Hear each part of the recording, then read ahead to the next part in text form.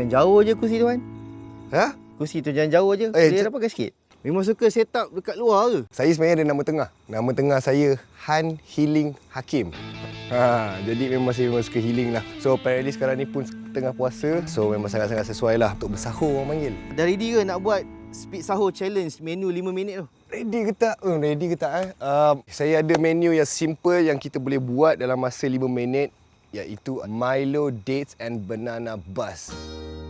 Ya betul, dates kurma tau. Bukan date tau. Tapi nak date with me pun okey je.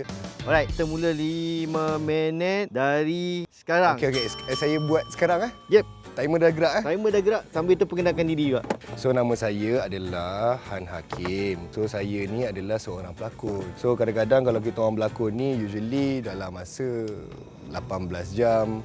So hari ni nak tak nak walaupun kerja di waktu pagi bulan puasa ni kena sahur juga Kena sahur juga. Sahur tu adalah sunnah. Kalau untuk Han kena something yang ada karbohidrat lah. Itu yang kita ada banana, dates dan juga Milo UHT yang membuatkan Han sentiasa kekal bertenaga.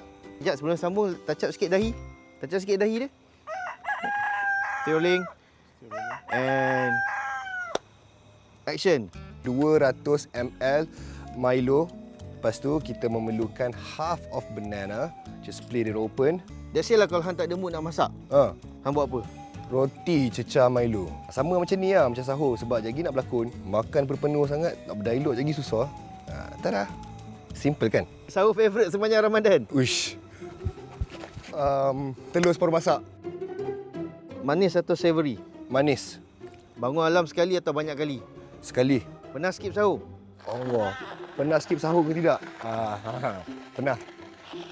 Paling susah nak jaga time puasa apa dia? Kesabaran. Tidur atau makan? Tidur. Suka sahur seorang-seorang ke ramai-ramai? Ramai-ramai. Masak atau beli? Masak atau beli? Masak. Bangun awal atau last minute sahur? Awal. Kalau masak paling malam masak apa? Roti bakar. Kan kita ada 20 second je lagi ni. Sekejap. Sikit lagi. 15 second. Kejap.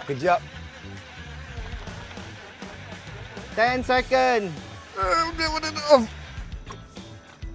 5 4 3 2 1 0. Tada! So inilah dia Milo Dates and Banana Bus. Bismillah.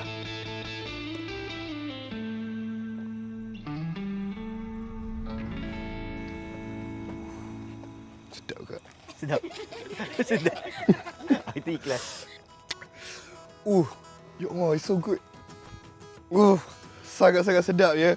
Kombinasi banana, dates and also Milo memang boleh membuatkan Han kekal bertenaga.